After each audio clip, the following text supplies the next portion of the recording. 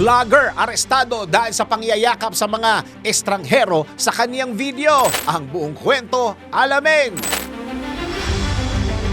Hindi na bago para sa mga vlogger ang pagsasagawa ng social experiments sa kanilang videos. Kabilang na dito ang pangyayakap sa random strangers na layong magpakalat ng peace and love sa kanilang kapwa. Ito ang tinularan ng Algerian vlogger na si Mohamed Ramzi. Lingid sa kanyang kaalaman, ang ganitong video pa ang magiging dahilan ng kanyang pagkakaaresto. Bakit nga ba nauwi sa pagkakaaresto ang vlog na ito ni Mohamed? Tara, alamin natin.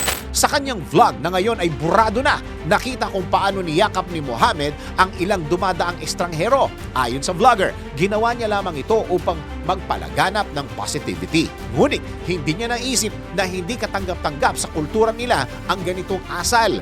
Kung matatandaan, Islam ang pangunahing relihiyon sa Algeria. Dahil dito, sinampahan si Mohamed ng kasong indecent behavior. Nakulong siya ng 2 buwan at pinagbayad ng multang nagkakahalaga ng 2.1 million pesos. Paalala ng insidenteng ito na kahit maganda ang intensyon, mahalaga pa rin isaalang-alang at igalang ang kultura at paniniwala ng bawat komunidad upang maiwasan ang hindi pagkakaunawaan at paglabag sa batas. Ngunit ikaw, anong opinion mo sa pagkakakulong ng vlogger na si Mohamed Ramzi?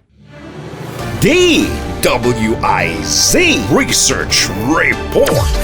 Report.